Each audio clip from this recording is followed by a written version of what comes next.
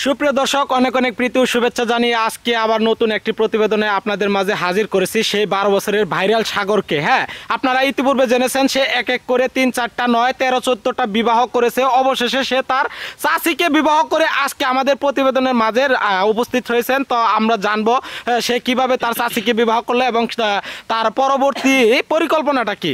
তো সাগর ভাইয়া, আপনাকে নিয়ে তো সোশ্যাল মিডিয়ায় ইতিপূর্বে অনেক হইচই অলরেডি হয়ে গেছে। তো আপনি যে শেষ মুহূর্তে আপনার চাচিকে বিবাহ করে আমাদের প্রতিবেদনে আসছেন মানুষকে জানানোর জন্য যে এবার আপনি তার চাচি, আপনার অরিজিনাল চাচিকে নিয়ে সংসার করতে চান, তো এই বিষয়ে আপনার মতামতটা কি? মতামত বলতে আসলে আমি বিয়ে করার আগে চাচির সাথে আমার সম্পর্ক ছিল, ঠিক আছে, কিন্তু এটা আমি কাউকে জানাই নাই। আমি যখন বিয়ে করলাম মানে সেই সময় সর্বপ্রথম যাকে বিবাহ করেছিলেন তারও আগে আপনার এই চাচির সাথে সম্পর্ক থাকার পরে, হ্যাঁ ধরেন আমি ফার্স্ট বিয়েটা করলাম, হ্যাঁ, করার পরে মনে করেন চাচি ফাঁসি নিবে, এটা করবে সেটা করবে, মানে প্রচুর গ্যাঞ্জাম, হ্যাঁ, এটা কারো বুঝতে দেয় আমাদের ভিতরে। হ্যাঁ, তারপরে বলছে তুমি যদি আমার বিয়ে না করো আমি মারা যাবো। তখন তো ভাই আমার কিছু করার নাই। তো অবশেষে আপনি 13-14টা বিবাহ করার পর সেই বউগুলো এখন কোথায় আপনার?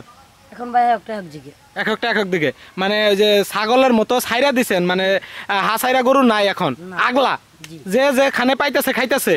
তো আমরা জানি যে একজন পুরুষের বিবাহ মানে 4টা সর্বোচ্চ মানে উত্তম, মানে জায়েজ। তো আপনি যে 13-14টা বিবাহ অলরেডি করে ফেলেছেন, এখন সর্বশেষ আপনি চাচিকে নিয়ে সংসার করতেছেন। তো এটা আপনার সমাজের লোকেরা বা আপনার পরিবারের লোকেরা কোন চোখে দেখছে? তারা তো আসলে সবাই তো আর ভালো চোখে দেখে না, কেউ খারাপ চোখে দেখতেছে।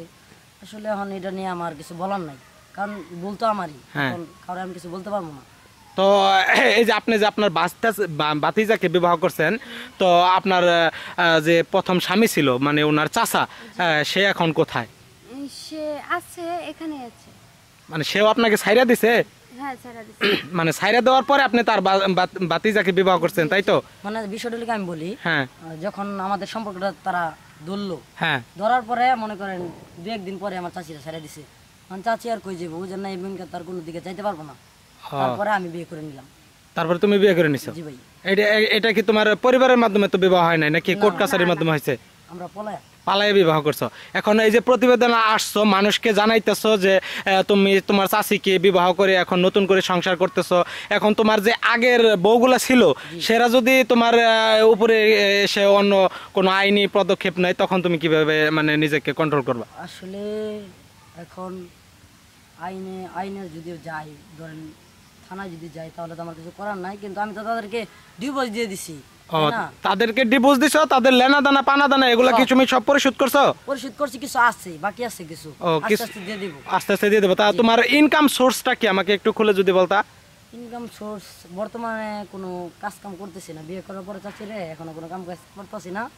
2 দিন পরতে কাজ কাম যেটা পাবো সেটাই করতে হবে। ও, মানে যেটা কাজ পারবা সেটাই করবা, কিন্তু এখন তোমার ইচ্ছা যে তুমি তোমার চাচিকে নিয়ে সংসার করবা, সারাটা জীবন যেন তাকে নিয়ে থাকতে পারি। ও, মানে এখন আর নিয়ত নাই যে আবার আরেকটা বিবাহ করে আবার ভাইরাল হই, এরকম কোনো ইচ্ছা নাই? না, জীবন তো এমনিতেই শেষ। মানে শুরু থেকেই তো দেখা যাচ্ছে তোমার বডি ফিটনেস দেখে এখন তো মানে অলরেডি তোমার যৌবন মানে ফুরিয়ে দিয়েই হারছো, তাই তো? জীবন কিচ্ছু নাই, যা আছে এখন শুধু খোলকা। যাই হোক, এই যে আপনার যে ভাতিজা, এই ভাতিজা কি আপনাকে নিয়ে খাট কাঁপাতে পারে? হ্যাঁ, পারে, ইনশাল্লাহ পারে। যাক, এদিকে আপনার চাচি কিন্তু আপনার সাপোর্টটা দিয়েছে, মানে আপনি যে এখনো খাট কাঁপাতে পারেন সে বিষয়ে কিন্তু সে এখনো খুশি। কি আমি যদি খাট না কাঁপাতে পারতাম তাহলে এতগুলো মেয়ে আমার সঙ্গে থাকতো না। যাই হোক, অনেকে বলতেছে যে আপনি এই সমস্ত কাজ সোশ্যাল মিডিয়ায় করেন ভাইরাল হওয়ার জন্য, বা আপনি হলো বেশি ভিউ পাওয়ার জন্য মানুষ আপনাকে দিয়ে কন্টেন্ট করে, এরকম কিছু? না ভাই, এরকম কিছু না। মানে আপনার আসলেও বাস্তবে এগুলো সব? জি জি জি।